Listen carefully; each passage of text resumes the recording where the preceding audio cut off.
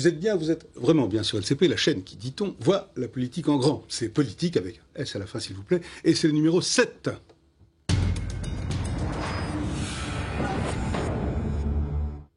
Politique avec un S à la fin, s'il vous plaît. C'est une émission en 2 temps et beaucoup de mouvements. Premier temps, j'ai le grand plaisir d'avoir un rendez-vous avec Nathalie Kosciusko-Morizet. Je suis ravi de vous retrouver.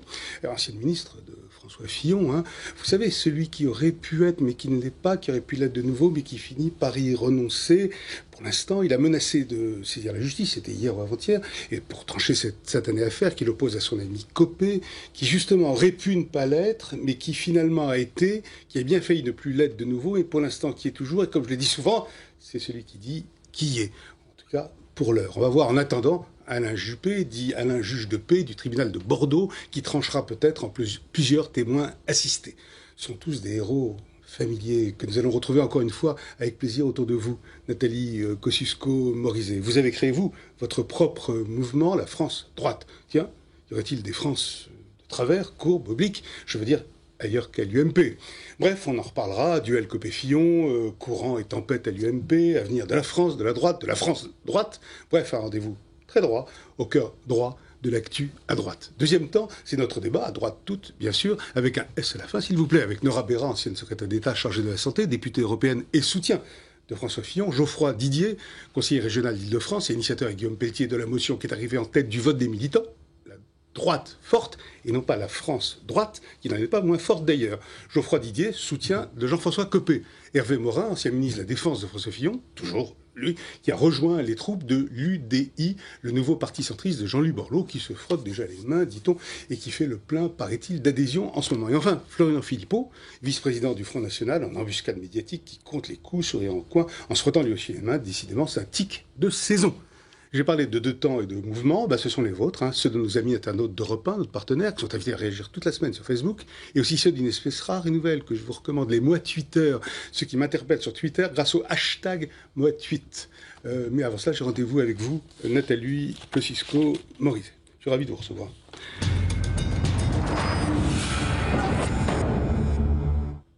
Alors, Nathalie Kosciusko-Morizet, beaucoup parlent de désolation à l'UMP. Hein. Moi, je ne sais plus quel adjectif employer, d'ailleurs je ne les utilise pas, hein, c'est pas la peine.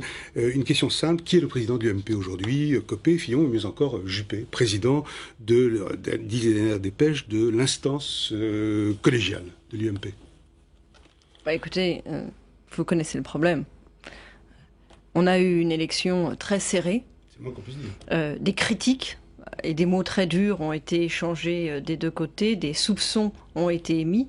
Et comme l'élection est tellement serrée, un soupçon d'un côté ou de l'autre suffit à renverser potentiellement le résultat. Et c'est l'origine de ce très mauvais feuilleton, je vous l'accorde, que la droite sert à la France depuis quelques jours. Et moi, ce qui me désole... Vous faites de la peine, presque. Ouais, mais je vais vous dire, ce qui me désole le plus, c'est le décalage entre la mobilisation des militants, de nos adhérents, dimanche dernier, dans des conditions pourtant pas faciles, et ce mauvais spectacle. Parce que dimanche dernier, il y a une majorité de nos adhérents qui sont allés voter, après une campagne qui pourtant à la fin était tendue, dont on a pu dire que ça risquait quand même de les démobiliser un peu. Vous l'aviez dit ça, que ça risquait de mal se passer. Oui, moi j'avais peur que ça démobilise. Ouais. Et nos militants se sont fortement mobilisés. Vous savez, dimanche matin, quand j'ai vu la petite pluie fine, je me suis dit, oula, ils sont venus en nombre. Et quand je disais dans des conditions pas faciles, je veux dire, chacun doit l'entendre, un vote ordinaire, on a le bureau de vote à côté de chez soi, à l'école du coin. Là, c'est un bureau de vote par circonscription. Donc dans les circonscriptions rurales, ça voulait dire prendre sa voiture et faire 50 km et parfois attendre 1 ou 2 heures au bureau de vote. Et nos adhérents se sont quand même déplacés en masse. Donc ça, c'est un formidable signal d'espérance, qu'ils soient si nombreux mobilisés. Et la déception est d'autant plus grande de voir la difficulté à annoncer un résultat et la difficulté tout simplement à se mettre d'accord sur le résultat. Alors moi, ce que j'espère, c'est que grâce à l'initiative d'Alain Juppé, que je soutiens depuis longtemps... Soutenu, hein? Oui, dès le mois de juillet. Départ, oui. Dès le mois de juillet, moi j'ai dit l'inquiétude que j'avais face à un duel. Vous sentiez que ça allait venir. C'était la nature même d'un duel qui vous inquiétait, oui, ou les deux hommes, la nature ces deux hommes en question? La nature d'un duel le duel me semble être en soi porteur d'un risque de choc frontal. Chacun se souvient, dans un duel, dans un tête-à-tête, il y a quelque chose de très personnel. Un tête-à-tête, c'est une relation de séduction, de compétition, de miroir, de repoussoir. C'est quelque chose, les arguments personnels viennent très vite. À plusieurs autour de la table, les choses s'organisent différemment et en fait, on a plus facilement un débat d'idées. Et moi, j'ai d'abord soutenu la démarche d'Alain Juppé, puis quand j'ai vu qu'il ne se décidait pas à faire la troisième voie, j'ai voulu la porter moi-même. On a eu la péripétie des parrainages que chacun connaît. Je suis passée tout près de réussir à le faire, mais je n'ai pas cessé de dire que si Alain Juppé y allait... Vous le regrettez maintenant? Ah oui, moi je pense, mais je continue à penser, comme à l'époque, que c'était une mauvaise idée d'avoir un duel et qu'on aurait été 3, mais même 4, 5, 6, hein, je prêche pas seulement pour ma paroisse, ça aurait été un débat plus constructif. Bon, maintenant c'est derrière nous. Mais vous regrettez de ne pas y être allé, vous? Une fois que Juppé n'est pas un regret, je regrette pas. J'ai tout fait pour y aller. Enfin, quand vous voyez le spectacle d'aujourd'hui. Je ne regrette pas parce que j'ai tout fait pour y aller. Je regrette que c'est pas été possible, mais me dites pas vous regrettez de ne pas y être allé. Non, c'est pas ça. De n'avoir pas pu y aller. Oui, bien sûr, j'ai essayé d'incarner cette troisième voie et comme ça n'a pas été possible, j'ai essayé de me rendre utile autrement, par exemple en faisant l'opposition dans le débat contre Jean-Marc Ayrault sur France 2 ou en ce moment en portant des propositions parce que je pense que de ce débat de personnes qu'il va bien falloir trancher, on ne se sortira qu'en portant des propositions des idées, et en étant sur programmes, le programme. Je voudrais dire à ce propos-là une chose. C'est quelle que soit l'issue du choix de personne à la tête de l'UMP, le débat sur la ligne n'a pas été tranché par l'élection.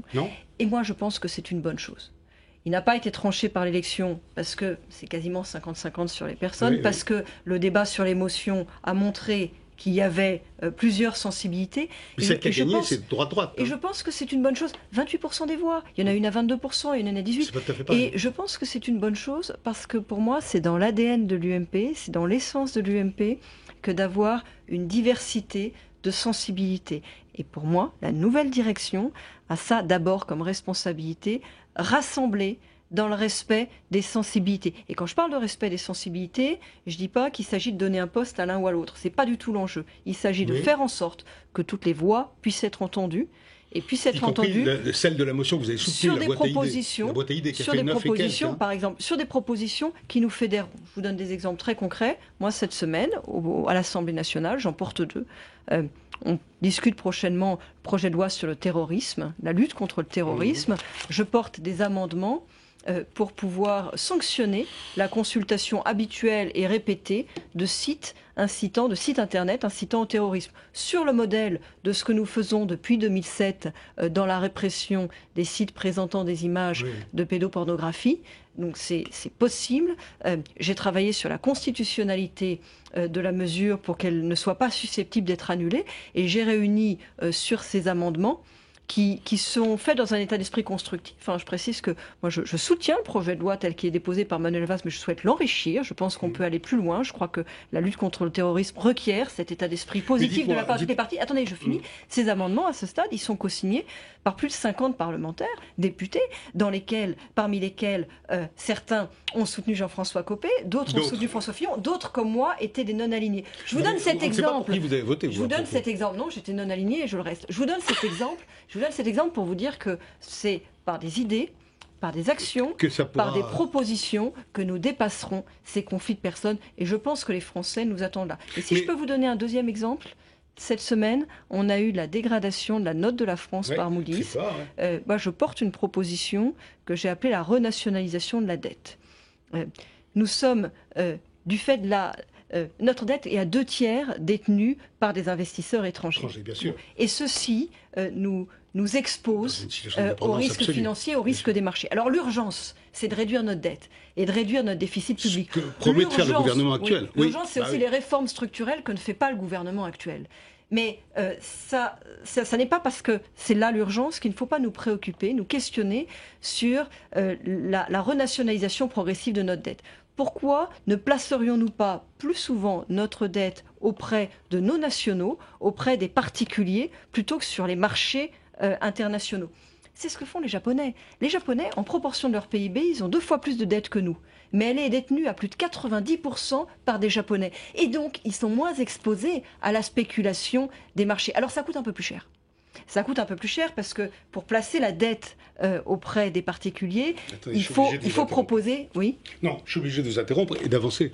Non, j'ai compris que ça coûte plus cher, mais ce sont des nationaux. On gagne en souveraineté sûr, et on gagne en capacité à investir dans l'économie parce que les investisseurs institutionnels qui investissent beaucoup dans la dette en ce moment libèrent ainsi des fonds qui peuvent réinvestir par exemple dans les PME. Il y a une chose qui m'a étonné, je vous ai entendu sur une radio, je crois, il y a peu de temps. Enfin, vous avez attaqué d'une certaine façon la droite dite forte de Pelletier, de Geoffroy Didier, qui va venir nous rejoindre sur le plateau. Vous expliquez que leurs propositions ne sont pas crédibles déjà parce qu'elles sont anticonstitutionnelles. Hein.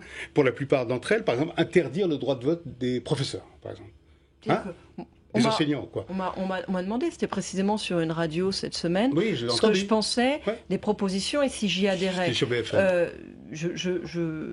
C'est pas la motion que j'ai soutenue. Je suis une manière générale d'ailleurs assez réservée sur les motions, mais j'ai plutôt soutenu une motion qui était une anti-motion. Mais par ailleurs, c'est vrai que dans cette motion, je trouve qu'il y a des propositions qui sonnent comme des slogans. Comme ça, sans savoir que c'est anticonstitutionnel, comme ça. Vous savez, les militants ne sont pas forcément tous constitutionnalistes. Non, mais de là, bon, ça et moi, je pense que notre responsabilité, Serge Moiti, c'est de leur faire des propositions qui puissent prospérer. C'est-à-dire qu'il y a des choses qui peuvent sonner de manière intéressante à l'oreille, qui en fait ne peuvent pas être réalisées et donc sont pour moi des slogans. Voilà, c'est important pour vous d'avoir créé votre propre motion, tendance, c'est important mouvement. Pour moi de porter des propositions. En quoi vous allez vous distinguer des autres? C'est important pour moi de porter des propositions. J'ai créé un mouvement politique, la France droite, qui a vocation à rassembler au-delà de l'UMP, à déborder de l'UMP en quelque sorte. Il s'appuie sur mes parrains de la campagne pour la présidence de l'UMP. Donc il y a des membres de la France droite qui ont leur carte à l'UMP, mais il s'appuie aussi sur des Français qui n'ont jamais été adhérents à aucun parti politique et qui se retrouvent dans une démarche qui est faite d'exigences et de propositions concrètes. J'en ai évoqué certaines tout à l'heure à propos du projet de loi sur le terrorisme, à propos de la renationalisation de la dette. De manière générale, à la France droite, nous portons un constat sévère. Pourquoi pas la France droite? Je sais pas, parce qu'il y aurait donc une France courbe, comme je disais plaisamment tout à l'heure. Vous savez, une France de traviole. C'est une forme de jeu de mots. C'est vrai que moi je suis à droite, mais la France droite, c'est aussi une façon de parler d'une attitude, d'une exigence vis-à-vis de la politique. Moralement droite, c'est ça? Il y a le journal La Stampa qui annonçait la création de ce mouvement. Et moi je ne parle pas du tout italien, mais qui a parlé de la France dritta. Et quelqu'un qui parle italien m'a dit, tu vois, en italien, on distingue le mot dritta et le mot destra. Le mot destra, ça veut dire tourner à droite, et le mot dritta, ça veut dire être droit. Straight. Et donc ils avaient interprété, à l'intérieur de ce jeu de mots, ils avaient interprété de la juste manière. Vous avez dénoncé à plusieurs reprises la droitisation de l'UMP. Hein. Avez-vous conscience que vous auriez pu faire une alliance avec François Fillon, par exemple il serait passé si vous aviez porté vos voix sur lui? Ça aurait évité, quoi. Je suis cohérente avec moi-même. À partir du moment où j'avais dit que je trouvais que dans ce duel, il y avait des risques, et d'ailleurs, malheureusement, encore une fois, j'aurais préféré avoir tort, l'actualité me donne raison, je n'allais pas ajouter de l'eau à un moulin dont je disais qu'il était dangereux, si vous voulez. Je crois qu'il faut être cohérent. Bon, et surtout, moi, ce que je crois, c'est qu'il va falloir dépasser les questions de personnes. Non, je suis d'accord, mais là, on aurait pu aller vers le rassemblement. Vous auriez pu faire passer Fillon. C'est hasardeux comme affirmation et de toute façon c'est trop tard. C'est plus le sujet. D'accord. Mais attendez, il faut être cohérent. Mais attendez, Serge Moiti, il faut être cohérent. Moi, quand je passe l'été à dire je pense qu'il ne faut pas un duel, je veux incarner une troisième voie. Et puis je porte un certain nombre de sujets de modernité qui sont pas forcément présents dans le discours de François Fillon, comme l'écologie par exemple. Vous savez, moi je ne me reconnaissais entièrement dans aucune des deux lignes. Voilà. Et c'est aussi pour ça que j'ai voulu porter une troisième voie et que je continue à le faire à travers la France droite. À travers les idées. Je l'ai dit, j'ai lancé l'idée de la renationalisation de la dette. Je pense que c'est une façon d'associer la souveraineté, un sujet auquel je suis très attachée. Moi, je suis issue de la famille gaulliste et une forme de prise en compte modernité de l'économie. On parle beaucoup d'explosion de l'UMP, boom des adhésions au FN et à l'UDI. Là, on va avoir leurs représentants sur ce plateau. On nous dit ça, hein, les supputations lugubres sur la vie de la droite s'amoncellent, vont bon train. À quoi ressemblera, selon vous, la droite de demain? Ça risque de se scinder comme ça, l'UMP? Moi, je ne le souhaite pas. Il y en a qui disent partout scission, hein, des lieutenants. Écoutez, il faut absolument l'éviter. Pour moi, il y a deux écueils à éviter, et le pire, c'est qu'ils ne sont pas forcément exclusifs l'un de l'autre. Il y a deux écueils à éviter absolument. C'est d'un côté la scission, et de l'autre côté, les recours en justice. Voilà, on est dans une famille politique. Comment on évite ça? Comment on fait? On leur dit stop, on signe la fin de la récré, ça va être le boulot de Juppé. On évite ça d'abord avec la médiation, telle que la propose Alain Juppé. C'est pour ça que je l'ai soutenu. Il faut, je crois, recompter, écouter les uns et les autres dans la sérénité, entendre tous les griefs. Et puis, moi je le dis, si on ne réussit pas à se mettre d'accord et à trouver un consensus, moi je préfère qu'on repasse par le vote. Je préfère qu'on repasse par le vote plutôt que d'aller s'éclater sur un de ces deux écueils que sont le recours en justice et la scission. Je veux absolument qu'on les évite tous les deux. Merci beaucoup Nathalie Kosciusko-Morizet. Merci d'avoir accepté notre invitation. Maintenant, c'est place au débat, place aux confrontations.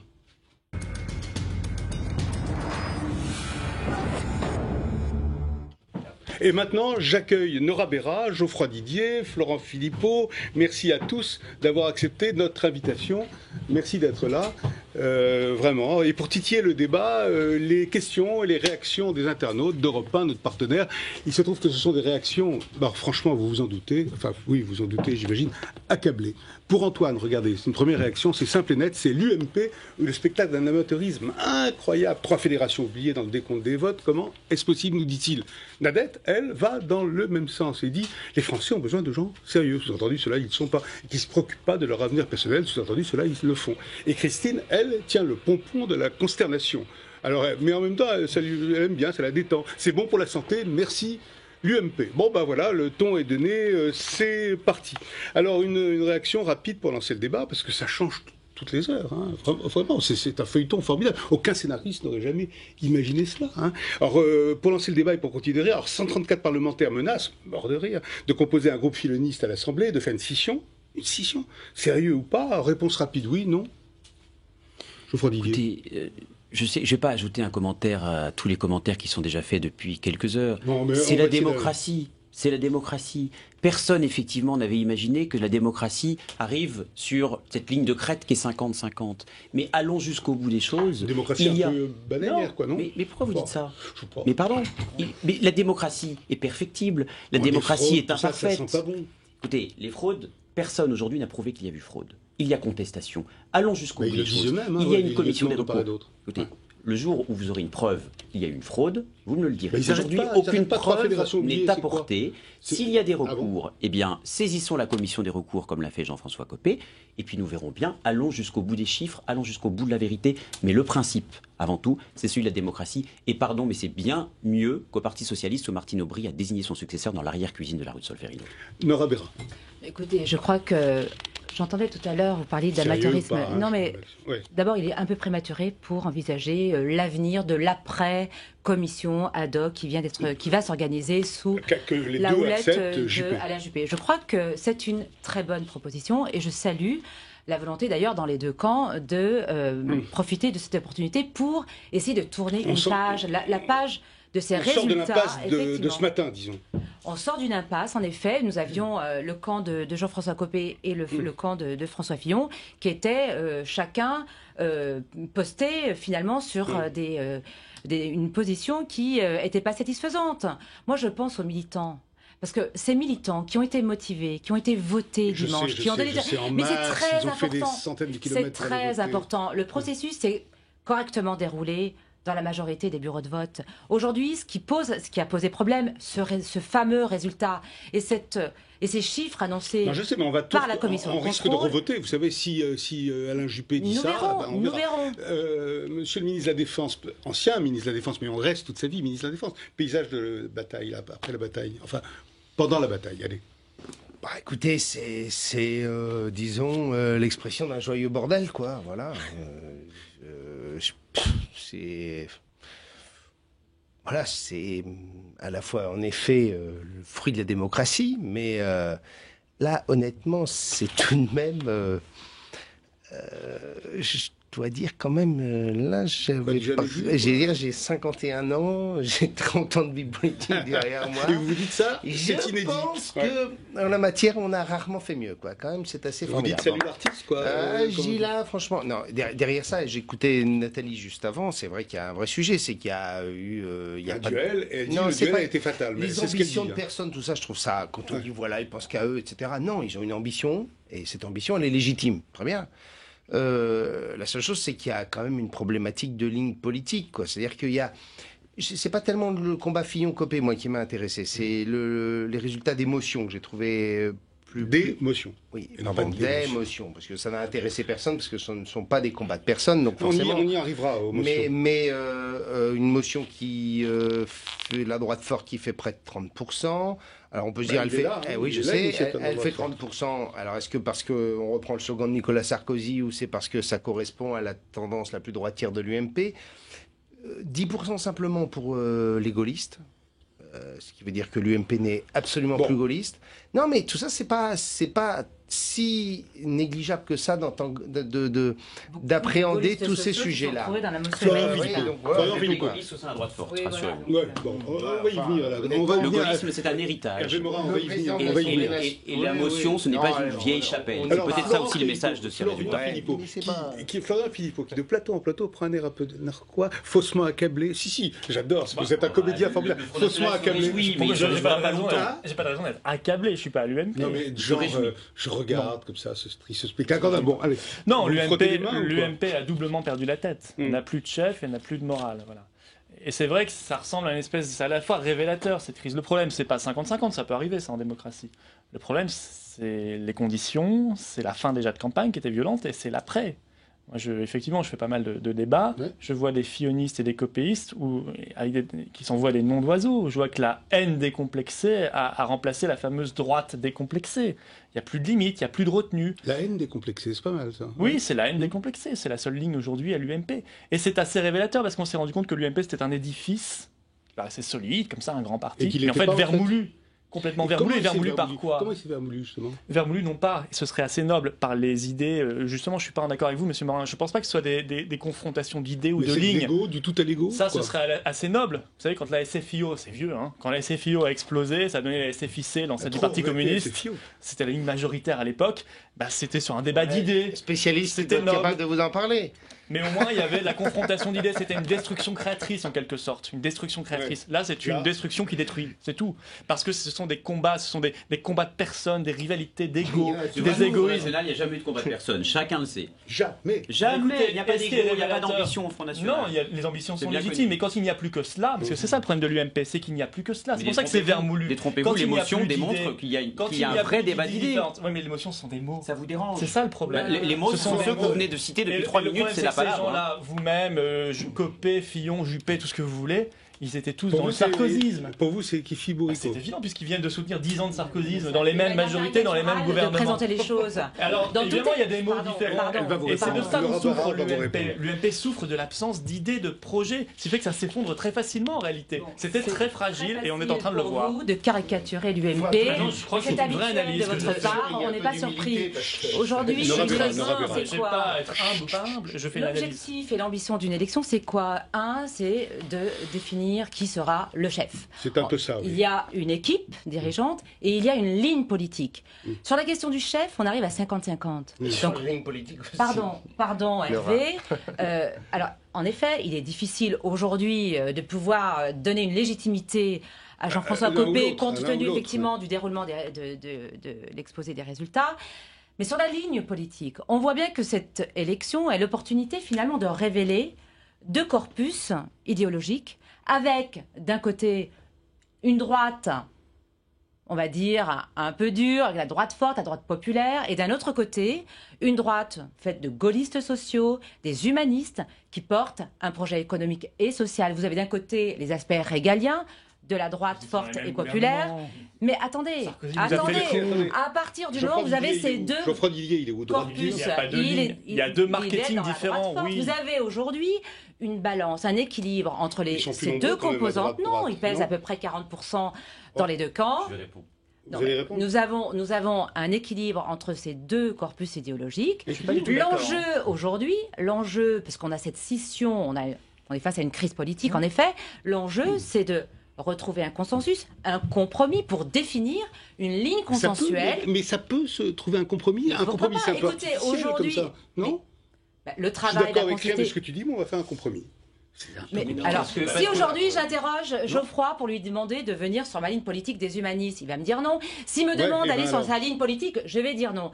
Donc comment on fait pour se supérieur à ce qui nous divise. Voilà. Mais non, mais si nous ne serions pas l'UMP, sinon moi je rendrais ma carte de l'UMP, on n'aura pas la synthèse. Le compromis, c'est la synthèse qui permettra de nous rejoindre sur une ligne politique partagée. Non, Hervé, c'est trop facile ça, alors Hervé. Désolé de vous décevoir. La ligne que défend Geoffroy Didier est tout à fait respectable, mais la ligne qu'il a défendue Nicolas Sarkozy dans sa campagne de 2007, il disait déjà globalement la même chose, mais il ne l'a pas mise en place. Déjà, il disait qu'il fallait réduire l'immigration, il a fait plus d'immigration que Jospin, 200 000 entrées légales par an. Déjà, il disait qu'il fallait relancer un projet d'Europe plus proche des citoyens, protecteur, il a fait l'inverse, il a fait tous les traités comme le Parti Socialiste. C'est pour ça que je dis qu'il n'y a pas de ligne, il y a des faux semblants, il y a des tactiques politique, il y a des mots, il y a du marketing, il y a de c'est ça, c'est le marketing, le grand mot. Derrière, il y a le spectre, ou au-dessus plutôt de M. Buisson, voilà, le grand tacticien, le maître des mots. Voilà, grand perdant ou grand gagnant? C'est pour ça, si c'était sur des lignes politiques, ce serait beaucoup plus noble, mais on voit bien que ce n'est pas des lignes. Les débats auxquels j'ai assisté, auxquels j'ai participé, ce n'était pas argument contre argument, idée contre idée, c'était fraude contre fraude, tricherie contre tricherie. Haine contre haine. Il faut aussi savoir dépasser cet enjeu personnel. Au-delà de cela, il y a la ligne politique à définir. Ça m'intéresse de pouvoir assister en direct à des débats de ce genre, c'est intéressant. Comme quoi, je vous ai bien fait de vous inviter. Oui. Comme ça, vous êtes avec nous, tout ça. Non, allez, sérieux. Non. Ça vous acclape, là? Non, je pense qu'on peut avoir dans une même formation politique des complémentarités. Je veux dire, l'idée qu'il faudrait que tout soit... Quel est le point commun? Oui, il n'y a pas, vous savez, l'idée que François Fillon soit un homme centriste modéré, j'ai jamais vu dans sa vie politique quelque chose de centriste et de modéré chez François Fillon. C'est un pur produit du séguinisme et du RPR. Bon, franchement, bon. On se réclame du séguinisme d'ailleurs. Voilà, donc honnêtement, j'irais pas dire ça. Ce que je pense, c'est qu'on a probablement, peut-être, à voir, une inflexion et une transformation de la vie politique avec la construction d'une famille, l'UMP, qui reposait sur des bases très instables depuis le début. Mais on les camouflait, avec Sarkozy, avec tout ça. Ça tant que vous êtes au pouvoir, vous camouflez les choses, parce que tant que vous êtes au pouvoir, vous avez l'obligation de solidité et de solidarité. C'est-à-dire que les fondations ne risquent jamais de s'ébranler tant que vous détenez le manche. C'est le jour où vous détenez plus le manche que tout risque de s'ébranler. Et donc là, on est à un carrefour. Alors, ça veut dire quoi? Que des gens vont aller chez vous? Des militants vont aller chez vous? Je pense que c'est d'autres au Front National. Alors, c'est vrai qu'on a eu... C'est vrai qu'en 3 jours, on a 4000 adhésions sur Internet. Je ne peux pas croire que c'est 4000... 4000 adhésions? Oui. Je ne peux pas croire que ce soit 4000 Français... Pas autant, mais je sais que vrai. Non, mais je veux bien comprendre, mais c'est parce que les gens apprennent l'existence aussi de l'UDI. Je ne pense pas que ce soit 4000 personnes qui n'avaient jamais adhéré à une formation politique. Moi, je sais que j'ai quelques amis qui m'ont dit, j'en avais plein de dos, de tout ça, je vais venir chez vous, etc. Mais... c'est plutôt des gens qui ont voté Fillon, ceux-là. Je ne sais pas. Non, pas forcément. Enfin bref, ce que je pense, c'est que pour nous, l'idée qu'on va se construire sur l'échec des autres, ça ne marche pas. Ça ne marche pas comme ça. Je pense qu'il faut tirer de cette élection aussi que Jean-François Copé, qui était donné comme le grand perdant de l'affaire, a démontré que si vous n'aviez pas un discours clair, de conviction, avec la brutalité que représente aujourd'hui la vie politique française, mais aussi la société française, vous n'étiez pas entendu par les Français. Pas audible. Vous n'êtes pas audible. Donc nous, avec notre humanisme, avec notre discours, nous avons aussi besoin d'avoir un discours de radicalité. Mais comment on peut être radical et centriste? On peut être radical, mais bien sûr, alors c'est toute la question. Si on a un discours d'eau tiède, de bisounours, ça ne marchera pas. C'est la première chose. La deuxième chose, central et pas centriste, comme dirait. Voilà. Et la deuxième chose que je pense, moi, profondément, c'est que c'est pas une tectonique des plaques dans laquelle on se dirait l'UMP. Certains vont aller là, ça va aller là. Ça fonctionne pas comme ça.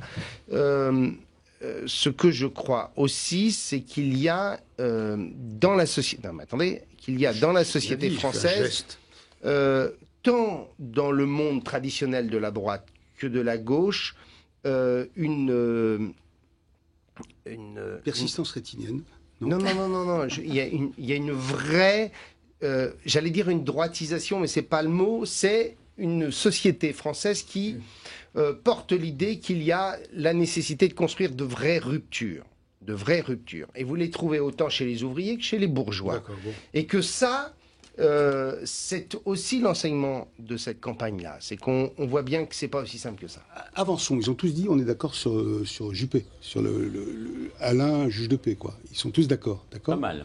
Oui, facile. Mais enfin, ils sont d'accord. Moi, je suis d'accord pour la démocratie. Non, mais ça, vous pensez qu'on fera tout ce qu'il dira, qui est le garant de la démocratie et du respect d'un homme, une voix, ça me va. Mais juste, on fera ce qu'il dira, y compris allons revoter. Mais on fera ce que la démocratie aura dit. Un homme, une voix. Si Jean-François Copé ou François Fillon gagnent d'une voix, Alain Juppé proclamera que Jean-François Copé ou François Fillon a gagné d'une voix. Respectons les militants qui sont allés voter quand même, Serge Moati. Non, mais ça sera la commission présidée. Respectons-les s'agissant d'émotions. Parce que Florian Philippot me dit c'est l'ombre de Patrick Buisson. Je ne sais pas si c'est l'ombre de Patrick Buisson, de Nicolas Sarkozy, de Jésus-Christ, de Gramsci ou de je ne sais qui. Moi, ce que je peux vous dire, c'est que ce qui m'intéresse, ce n'est pas ce qui...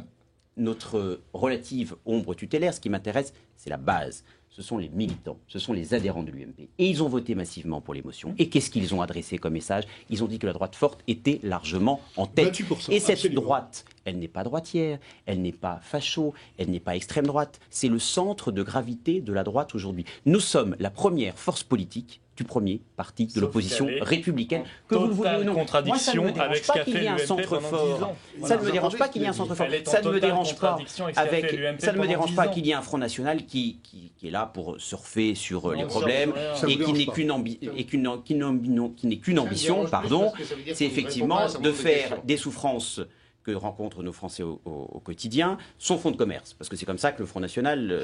et vous pensez que le rempart contre le Front National... Nous voulons régler les problèmes, nous voulons régler les problèmes, nous voulons trouver des solutions, nous voulons une droite fière d'elle-même, fière de ses convictions. Pour combattre le FN, il faut faire du FN un peu.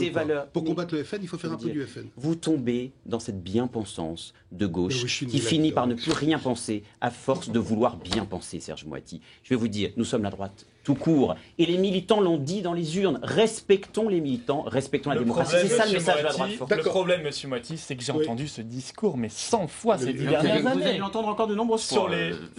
Désolé qu'il ne vous convainque pas. Sur les tréteaux des meetings de Sarkozy, je l'ai entendu en 2007, je l'ai entendu en 2012, j'ai entendu le discours de Grenoble en juillet 2010. Jusqu'ici, Nicolas Sarkozy a quand même mieux convaincu que Marine Le Pen. À travers, en 2002. À travers, si vous voulez, les écrans de télévision. Et qu'est-ce qu'on a vu ensuite? La réalité de ce qu'il a fait. C'est pour ça que la vraie question derrière cette crise, il faut élever un peu le débat. On ne va pas commenter tous les jours chaque minute est rocambolesque. Ça change tout le temps. Bon, ça change tout le temps. Mais ce qu'il faut, c'est prendre un peu de recul. Quel est l'intérêt? Je parlerai d'idées. Quel est l'intérêt aujourd'hui dans le débat d'idées justement de l'UMP, de son existence? Qu'est-ce qu'il apporte honnêtement? Moi, j'aime bien l'initiative de l'UDI parce que moi, c'est clair. Ils disent on est fédéraliste, on est communautariste, on est pour la discrimination positive. Ils assument. L'UMP, ils font ça au pouvoir. Parce que Mme Joanneau, plusieurs fois sur les débats, qui je crois est à l'UDI. Voilà. Mme Joanneau est communautariste. Elle a dit, moi je suis pour la discrimination positive. C'est pas pour moi, c'est. Écoutez, ça c'est une nuance du communautarisme, si vous voulez. C'est une nuance de l'UDI. Mais voilà, mais l'UMP fait cette politique. Eux, ils sont effectivement aussi fédéralistes, européistes, communautaristes. Ils le font. Sarkozy avait dit lui-même qu'il était pour la discrimination positive, mais ils n'assument pas. Et puis, ils font monter du marketing, la droite forte, etc., pour essayer de garder des électeurs. La démocratie, c'est du marketing. Mais cette crise sera révélatrice, parce que les derniers patriotes qui croient encore en l'UMP, qui pourront encore se faire avoir, ils sont en train de venir, je crois. Ils sont en train de venir chez nous, exactement. Alors, je dis pas qu'on a eu 4000 adhésions, mais en tout cas, on a un surcroît d'adhésions. Il faut revenir aux fondamentaux. Et ils ne viennent pas depuis 3 jours. Ils ne viennent pas depuis 3 jours, c'est un phénomène de fond. Enfin, bien sûr que vous savez, je me souviens encore de Geoffroy Didier de l'époque de la Diagonale, ce club de Sarkozy de gauche. En général, ça vient plutôt de Florian Philippot, cette observation. Non, ça vient de la droite populaire. Il se disait favorable au droit de vote des étrangers, des municipales, et à l'égalité des droits pour les homosexuels, ce qui n'a rien de condamnable pour moi. J'ai travaillé. Non, mais attendez, juste qu'on se dise les choses. Je disais on est entre nous, là, on peut se dire la vérité. Personne ne regarde. Bon, j'ai travaillé aux côtés de Brice Hortefeux, qui, comme chacun le sait, a toujours été un sérieux gauchiste. Pour effectivement rassembler, redoutable gauchiste, je sais que vous le connaissez bien et que vous l'appréciez beaucoup, pour rassembler, au-delà des clivages partisans, les sarkozystes en 2007. Pardon de vouloir rassembler, je sais qu'effectivement, ce n'est pas votre objectif. Donc voilà l'objectif de la Diagonale. Place le rassemblement de Marine. Et je vais vous dire une chose, sur le droit de vote des étrangers, j'ai vécu à l'étranger.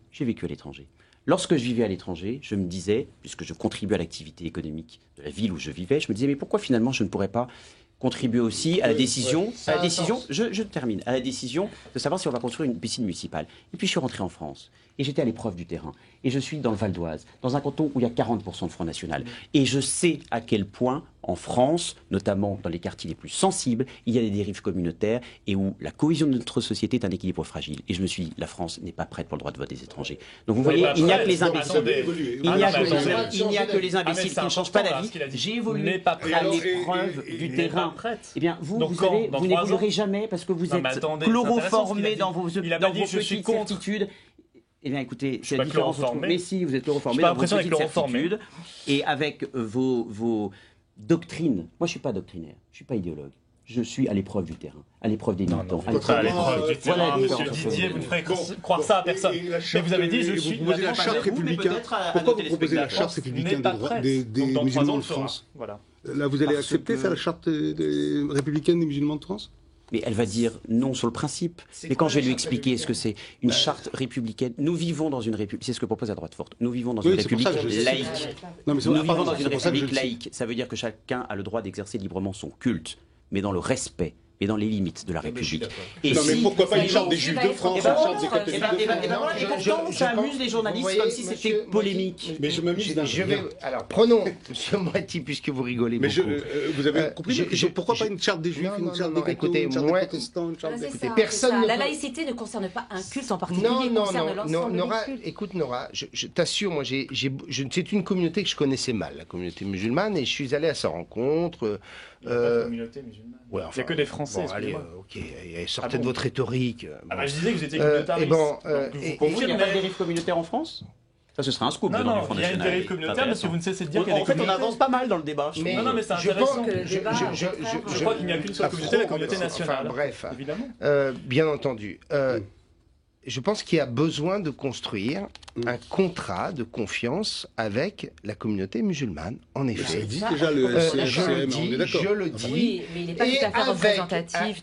Avec la reconnaissance d'un certain nombre de conditions d'exercice qui soient dignes, qu'il y ait un carré musulman convenable dans chaque cimetière, qu'il y ait des lieux de culte convenables dans chaque cimetière, qu'il y ait en quelque sorte la reconnaissance qu'une partie de nos compatriotes ont cette religion-là et qu'on leur permette de l'avoir dignement, et qu'en même temps la République affirme avec la plus grande brutalité et la plus grande rigueur qu'il y a des principes qui sont incontournables et que cela, personne ne peut y déroger.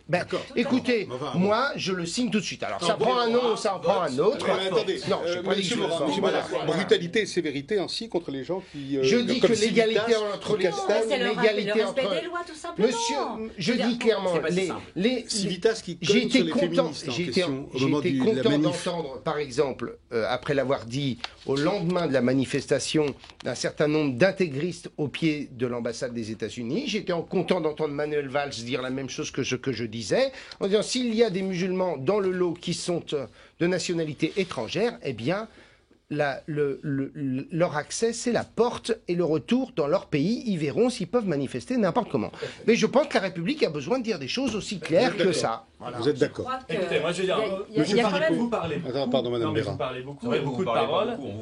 Il y a beaucoup de paroles, mais les Français en ont soupé de cela. Vous avez été tous les trois, je crois, quand vous exercerez le pouvoir, vous réglerez ça tout de suite.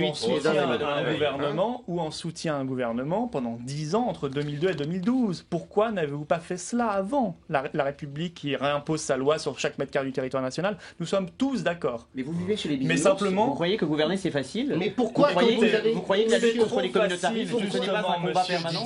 C'est trop facile de refaire les mêmes promesses en permanence. Pourquoi, lorsque vous avez gagné des municipalités, vous les avez perdues? La ficelle du prestidigitateur est un peu grosse. On ne peut pas refaire les mêmes promesses.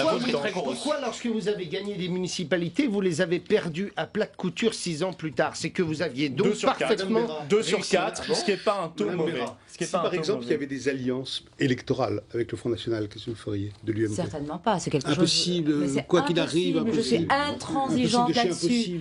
Intransigeante, moi je regrette que le débat, on tourne toujours autour de grands enjeux. On l'a exprimé d'une certaine façon d'ailleurs. De quoi donc? Qu'avec Jean-François Copé, il n'y avait aucun risque qu'on aille vers le Front National. Non mais attendez. Ils l'ont dit l'un et l'autre. J'ai pas entendu. Quoi?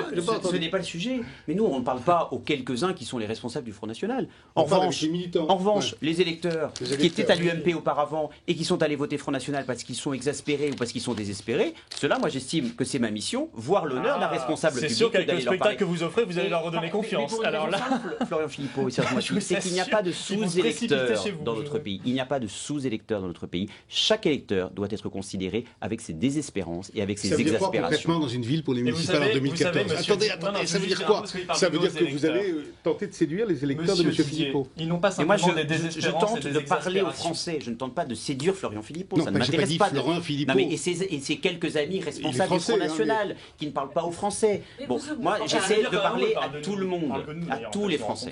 On oublie une seule chose, c'est que les électeurs ne nous appartiennent pas, M. Philippot. Ils n'appartiennent à personne. Non, mais c'est important de le redire. Les gens sont libres de voter pour qui ils veulent. Ils voteront simplement pour une formation politique qui aura un projet crédible, avec des solutions crédibles sur le plan économique et social, sur le plan régalien, bien sûr. D'accord. Mais on change de sujet puisqu'on termine. Sarkozy est-il vraiment le grand vainqueur pour vous de cette tragicomédie de duel Copé-Fillon? La question n'est pas là. Moi, je veux pas rentrer dans l'instrumentalisation de Nicolas Sarkozy. C'est pas à l'UMP, de fixer le calendrier de Nicolas Sarkozy. Oui, et je suis une sarkozyste. Ah ben, écoutez. Vu mon parcours, la main droite, on doit beaucoup à Sarkozy. La France doit beaucoup à Sarkozy. Donc l'heure n'est pas à l'instrumentalisation et c'est pas à l'UMP de fixer le calendrier de Nicolas Sarkozy. Mais est-ce que c'est pas lui qui a laissé derrière lui ce champ de bataille? Moi qui suis extérieur à tout cela, si la France a besoin de lui. Moi qui suis, moi qui suis extérieur à tout cela, je trouve que tout de même c'est un scénario qui ce qui s'est passé là, le scénario qui s'est passé. Je trouve que le scénario actuel n'est pas le pire pour lui, quoi. Pourquoi vous dites ça? Parce que honnêtement, si on a envie d'un recours, forcément c'est lui qui apparaît. Mais en même temps, il est un peu responsable de ce qui s'est passé là, non? Bah non. Quand même, comment on va dire? Dès qu'il y a un problème, Nicolas Sarkozy est responsable. Mais ça, vous allez le faire jusqu'à 2028? 34. Oui. Non, mais enfin, quand même, il y a eu quand même quelque chose qui s'est passé là, non? Oui, ça s'appelle la démocratie. Ça s'appelle la démocratie, et ce n'est pas l'ombre portée. Prouvez-moi qu'il y a une fraude. Mais s'il l'a dit, ça tenait. Ah, s'il l'a dit, c'est vrai. Monsieur Jérôme Lavrieux l'a dit devant les caméras télévisions. Il y a une commission des recours, respectons les instances des partis. Il a montré, il y a monsieur Lavillier, là, Lavilleux, qui a montré, vous avez vu la conférence de presse sur BFM, là, il a montré des trucs de la fraude. Vous avez un peu de retard. C'est ça, on peut appeler ça la démocratie. J'ai vu la conférence de presse de Jérôme, il était parfait dans son expression. Pour vous, c'est l'exemple même de la démocratie. Mais attendez, je ne suis pas en train de vous dire que la démocratie est parfaite. Bien sûr qu'elle est imparfaite. Dans toutes les élections, il y a des problèmes et des contestations. N'empêche que ce déballage sur le plan en direct envers les médias. Je crois que si la décision d'une commission ad hoc arbitrée par Alain Juppé avait été prise, je pense que tout ça aurait pu être évoqué à huis clos. Je voudrais dire une chose par rapport à Hervé Morin qui s'amuse finalement de ce spectacle qui n'est pas amusant parce que c'est la première force politique en France et je crois que c'est la première formation qui peut représenter une opposition crédible au Parti socialiste. Je pense que pour l'UDI, ce qui va fragiliser l'UMP fragilisera l'UDI également. Parce que l'UDI et l'UMP sont partenaires dans le jeu électoral, dans le jeu politique. Et je crois que l'UDI a tout intérêt à ce que l'UMP puisse effectivement se redéfinir dans son idéologie politique. Non, pour assurer une complémentarité, parce que l'UDI a besoin d'une formation politique solide, la forte. droite marche sur deux pieds. Absolument. Le droit et le centre, la droite et le centre. Simplement un mot, Nora. J'ai connu l'UDF plus fort que le RPR. Il aurait fallu faire un gros plan de Didier, là. Ça va boiter. Je disais simplement que j'avais connu l'UDF plus fort que le RPR.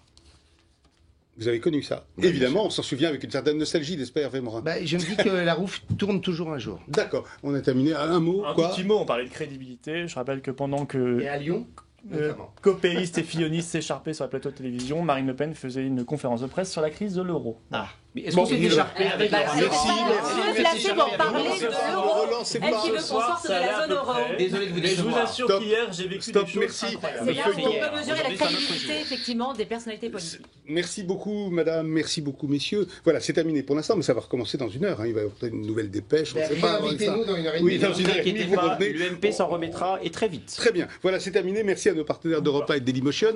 Je vous donne rendez-vous la semaine prochaine. Même lieu, même l'heure, même heure. D'ici là, citoyennes et citoyens de la blogosphère, de la tutosphère ou d'ailleurs, parlez, débattez, intervenez. Tiens, au hasard sur Europe 1, notre partenaire, et tweetez-moi. Oui, tweetez-moi toute la semaine. Mais sans méchanceté, s'il vous plaît, hein, avec le hashtag #MoaTweet. Et que vive le débat. Pour ma part, je vous ai tout dit et je répète, salut et fraternité.